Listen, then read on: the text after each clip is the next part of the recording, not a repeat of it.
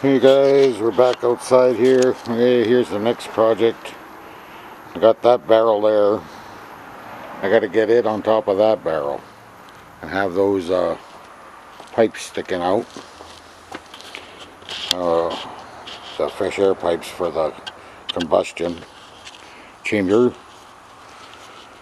So now I got to cut this lid off of the top of this.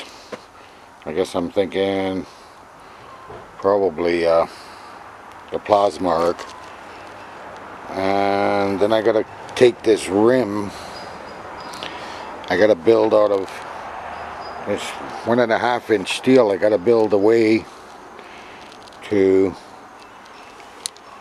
clamp those two 45-gallon drums together. I gotta make like a U out of this, and it's got to be round to go around this lip so that I can utilize this lip on both of these barrels to secure one to the other. So that's my project today out here underneath a big gray tarp today. Next door neighbor's working over there. We're all busy here. Okay, until next one, stay safe. Let's take a look. It's another gray day with a little bit of sun over there. Well, maybe we might get some sun here today. Anyways, guys and gals, fellow gasifier practitioners, and anybody else out there who's interested in this stuff. Anyways, I got this barrel here. There's still going to be a lot of heat that I'm going to lose from here, and I want to rectify that. But because I wasn't super accurate on the way I cut and welded these pipes in, adding another barrel on top of there and getting the holes in the right place, you know, along that side, would be challenging, to say the least. Because, you know, as you can see, some of them welds aren't straight. That pipe's up on an angle. This one's straight, sort of. That one's up on an angle. That one's up on an angle too. I got it out right now, but however, what I did was I made a template out of cardboard first, and I went around that thing and placed it, and then glued this onto the barrel here, and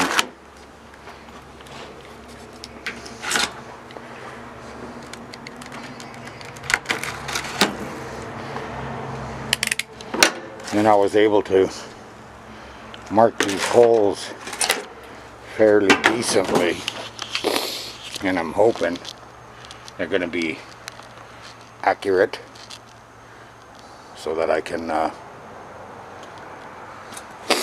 drill them the rest of the way. I'm going to oversize these a bit. This is exactly, that'll fit exactly that now, but just in case if I need some wiggle room, I'll go one size bigger. And I'm thinking I'm going to need wiggle room. I don't know how accurate this will be, but I got the 4 holes punched into it now, and I'll put the hole saw to it and then throw that on top of there and see how things are. It looks like I got to get rid of that piece of that handle there, shorten that up so it'll fit inside the barrel for now. Thinking I gotta replace all this anyways, take this off, redesign the hood hinge there, the top hinge. Okay, I will update you a little later. Hey, it's underneath the big gray sky again today, but it sure is warm. About 7, somebody I heard said 7 degrees, but feels that about that. Anyways, guys, been working on this is that bottom section. I've now got the gas outlet for the gasifier, and we've got a fitting there coming out of it, a coil.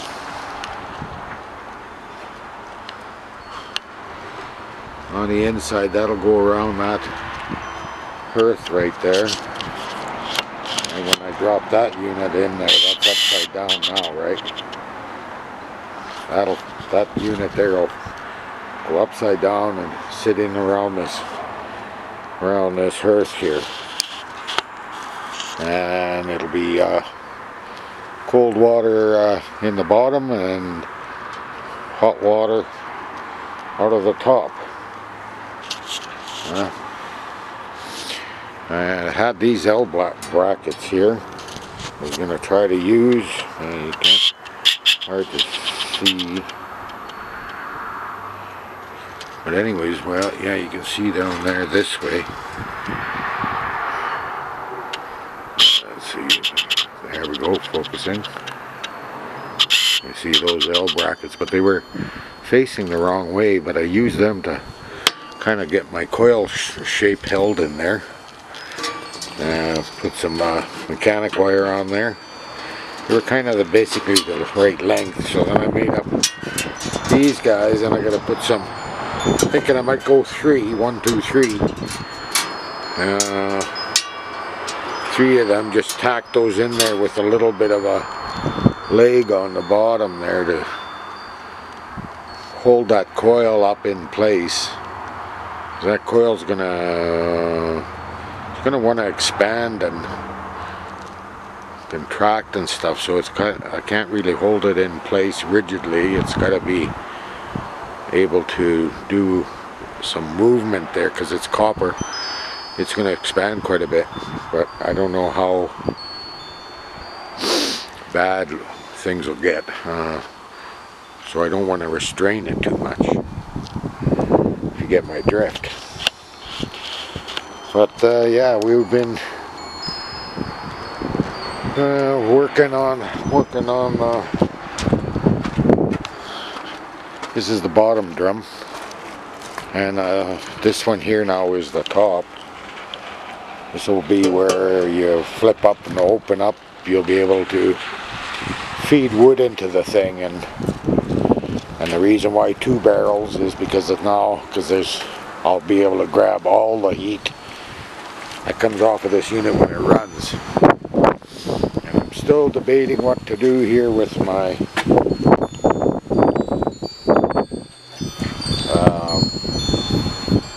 the hearth part. And I was manhandling that piece of pipe with those steel inserts in there. That I don't guess that's not going to work. They're going to end up falling out on me. And yeah, I don't know, that my idea might not work like this, but we're gonna have to give it another go and see if I can, because that tube's got to be airtight, and I don't know if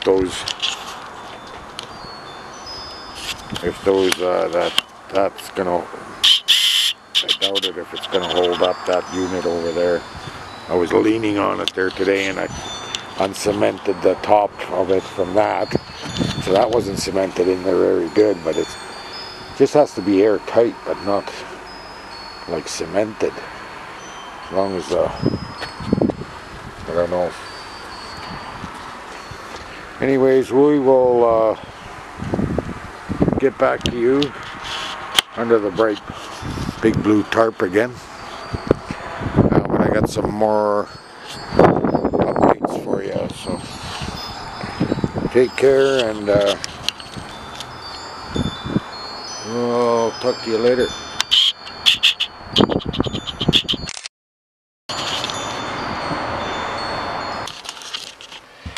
Another great day in the neighborhood. Great day in the neighborhood. Hey guys and gals, preppers. Back here under the big gray tarp. Noisy out here today. Anyways, I wanted to give you a little update. What's going on inside here. You can see I welded some supports for the coils. These are loose yet, so well, they're frozen in there now with the water. They're frozen. But there's room enough there for that coil to expand and contract, I hope, without it damaging it. I don't know. This is all a big effing experiment, as you know. But yeah, we made some out of some 2-inch flat bar there. I just took the grinder to it every half an inch and ground down into it just for some supports for the coil, and then just welded a little piece of flat bar on the bottom of those and tacked it to the side of the container. Like I said, whether or not it's going to work or not, who knows. But now my next project is I got to get a piece of 2-inch coupler from somewhere and enough pipe to come out of when that thing's sitting in that drum, to come out of the drum. And then I got to hook the water lines, hot water, cold water, outside the drum as well. And then I still have to cut a hole down here for the ash and build a collar that goes over top of this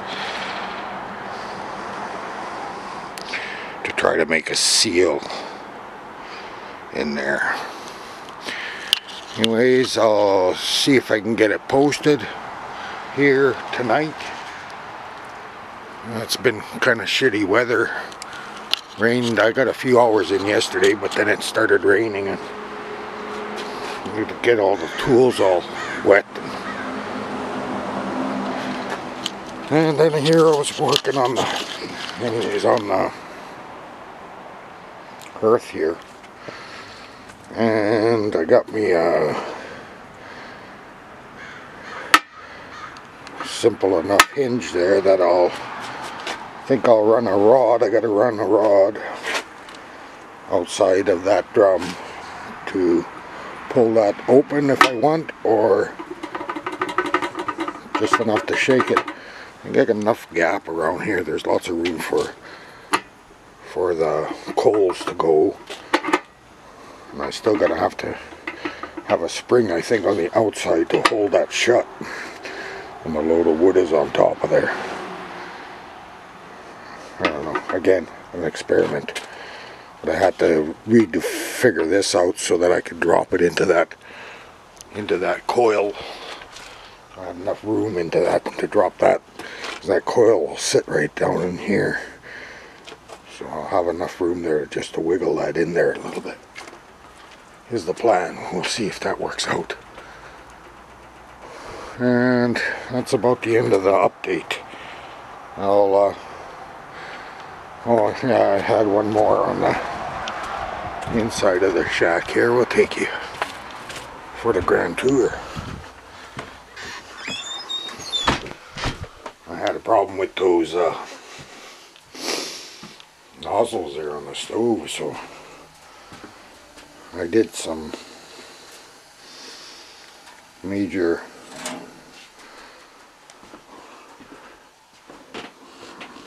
get this in some light so you guys can see what's going on here. I'll put some, it must be a little bit out of focus.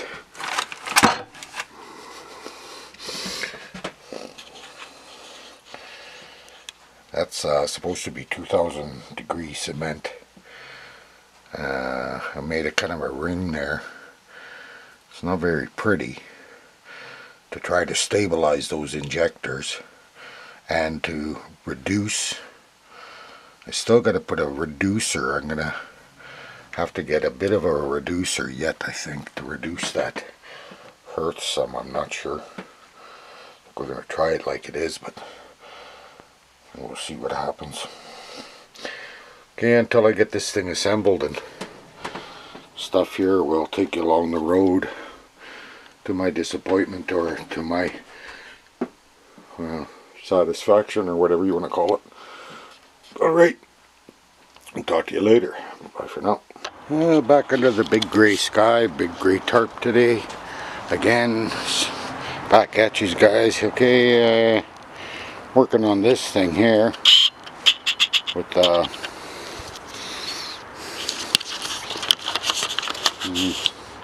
ash removal tube here.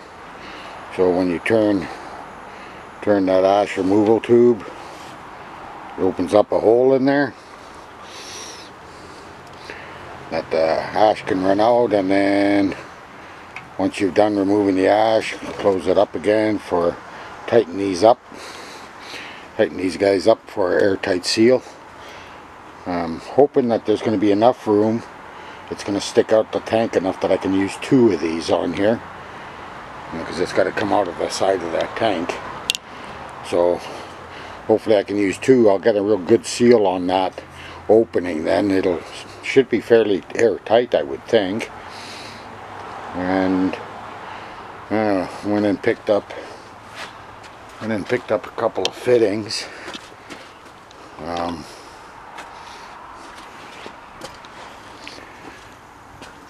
This fitting, these 4 fittings. Where did the other one? Oh, there we are. So this guy goes on here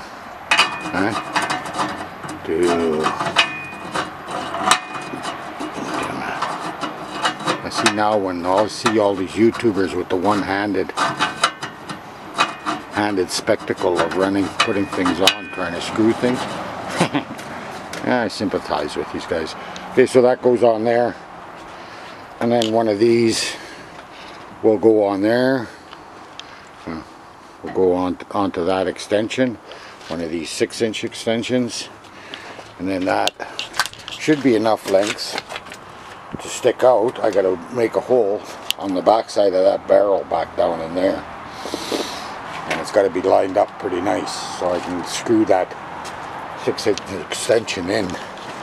And I don't have enough room to swing that unit into that barrel, because I got to swing it when I put it in there with this fitting on. I have to have that fitting off, get the unit almost in place, screw that fitting on, put the unit back in the rest of the place, and then, yeah, I don't know, this is going to be a nightmare to get in there, I think. Anyways, the battery's almost dead. I'm going to go and post this and warm up my hands. I'll catch you guys later. I'll have this thing more or less assembled, I think, on the next start of the next video. Maybe a test drive, maybe. Alright, take care, beware, talk to you later.